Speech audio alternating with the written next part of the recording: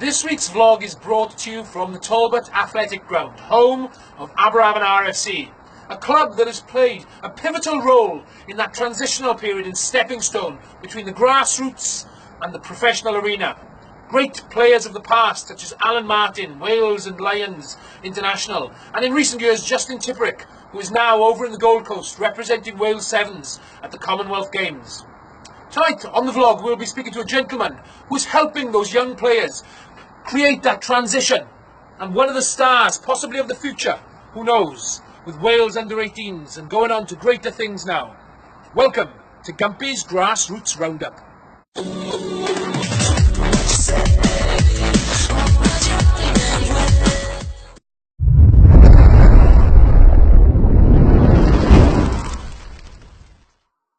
This week's full match report comes from Division 3C East, where New Panteg hosted Crickhowell.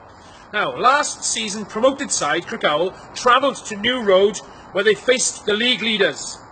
New Panteg, boasting a record of having played 16, won 14, drawn 1 and lost only one game all season, very much the firm favourites for the title and for this match. Crickhowell, though, had other ideas, and the first try of the game was scored by their player Danny Davis and duly converted by Tom Keane. The second try for the visitors was scored by Rodri Bogust, and then the kickers traded some penalties. However, the firm favourites for the league, New Panteg, could not cross the whitewash, and the final score was New Panteg 12, Crickhowell 18. Crickhowell now up to 4th in the table. Thanks for the match report, Steve.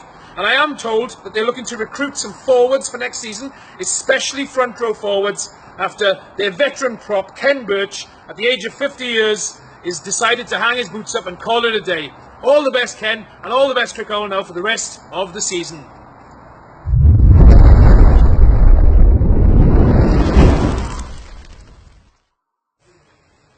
So we're joined on the vlog now by WRU Hub Officer, Mr. Michael Dyers. Thanks for joining us, Mike. Fantastic. Now, I can imagine this role, bringing through youngsters to sort of transition into that next level of rugby, is a great role to undertake. What are the numbers looking like at the moment in schools rugby for Aberavon? With Aberavon Schools, we've had over 50 boys represent us this year, of which 13 are available again next year, which is great, considering we've only got the 4 schools to choose from, Cama, Beibaglan, St George's and Dyffryn. Hopefully we'll be joined by the new Welsh School next year, which would be great for it.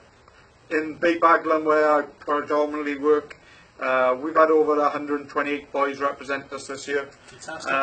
And the big focus now after half term will be girls rugby. Seems to be the way forward, isn't it? It's really taken off in Wales. Now, I can imagine the role is very rewarding that you undertake. What would you say is the part of the job that pleases you the most, Mike? For me, just seeing the kids develop, whether it's going to be as a player, a coach, a referee. We've done an under 13s and 14s skills day today. We had 6 ex-schoolboys players come back to help coach. And we've currently got 5 guys out there refereeing on Saturdays. Excellent. So it's not just the playing side, it's developing all embracing aspects. it all, and nice to see some of the boys giving back there as well. Yeah. I mean, in terms of the key elements of rugby union, what do you think that they offer the communities they serve so much more? Gives children an opportunity, 1, to keep active, 2, to make new friends, and without doubt you get travel around Wales, especially the district rugby. Pit yourselves against some of the other youngsters and we'll see where you are in a sort of pecking order. Excellent. And if you could tell us a little bit now about some exciting events you've got coming up, anything like over the summer holidays or leading into the new seasons? Yeah, we've still got Aberavon Schools in the National Sevens competition. Wow. When we'll have our end of season presentation where some boys will go on to represent the Ospreys at 16s, but other guys will go back to play for and represent their clubs. Hopefully in the presentation we'll be able to get young Frankie Jones, Rhys Henry and Jordan, who have been selected to represent their countries this year, which is a great honour for us, and a pleasure of driving up to North Wales all 9 hours there and back, to see them represent their country.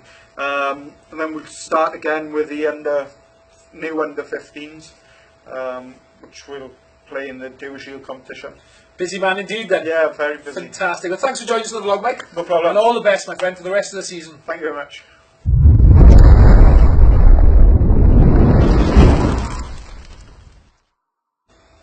Now, our next guest was a history maker recently, not just for Wales, but internationally, as being part of the inaugural Under-18s Six Nations Festival that was held at Ystrad Mynach and the Cardiff Arms Park. Frankie Jones, welcome to the vlog, my friend. Thank you. Thanks for joining us. Now, if you could tell us a little bit, first of all, like the vlog is also about grassroots rugby. If you could tell us a bit about the club that you've been coming through, or clubs you've been coming through in your grassroots system. Yeah, so I played in a number of clubs. The first club I started off was the Green Stars. Played my mini rugby there, and then moved to Tata Steel. I stayed then, and I think it was from under 9s up until youth rugby then. Moved to Carmarthen. Yeah? Yeah, and that's where I played up until now. Fantastic. And I mean, that moment now, when you got the call to say that you were going to be representing Wales at Under-18s at the inaugural Under-18 Six Nations Festival, could you tell us what that moment, what it must have meant to those clubs and to your family and friends and to yourself, of course? Yeah, obviously I'm very proud to represent my country. I actually found out in a training session, so I kind of had to just stay focused, sort of thing, and for the remainder of the session. But yeah, very proud moment. Fantastic. And any particular standout role models who played an inspiration in your rugby development, would you say? Yeah, of course. Well, my parents for one, taking me everywhere. You know, I can't drive, like, so you know, taking me everywhere is a big part of that.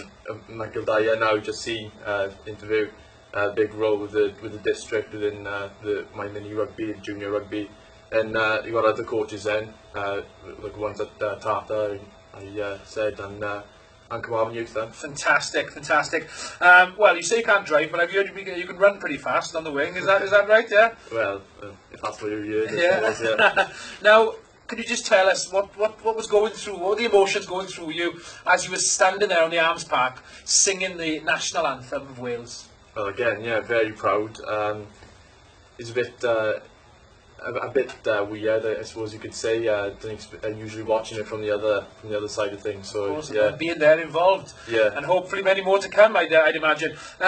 With regards to your future, and I know that you're sort of coming through the systems at Aberavon and using the Aberavon perhaps as a stepping stone. What are the plans, or where do you see yourself going now in the future, Frankie? well, hopefully, you know, I'll get a couple of games under my belt for Aberavon now. But recently signed an academy contract with the Ospreys for next 2 seasons. So carry on with them then. There we are. Perhaps we could be looking at a future Welsh international. Who knows?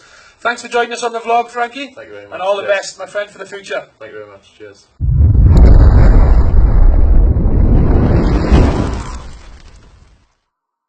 Well, thanks for joining us on the vlog, gents. A bit more information from around the Principality before we draw the competition. Now, Nant Conwy will be going to finals day on the 29th to contest for the plate, but they're not the first club within the first side within their club, in fact, to win silverware this year, as Nant Conwy seconds were crowned Division 3 North champions last weekend. So well done, Nant Conwy seconds. Now then, thank you everybody for joining in on the competition and for the amazing response we've had to it. All the entries are in here. We're going to get young Frankie to draw out the winner. So, Phil, if we could get a drum roll, please. Alright, maybe we'll give that a miss, Phil. Frankie? And can you tell us who the winner is, Frankie? Matthew Burnell. Matthew Burnell. Well done, Matthew. We'll be in touch now in the week to drop your tickets off. And don't forget, tune in next week for Gumpy's Grassroots Roundup.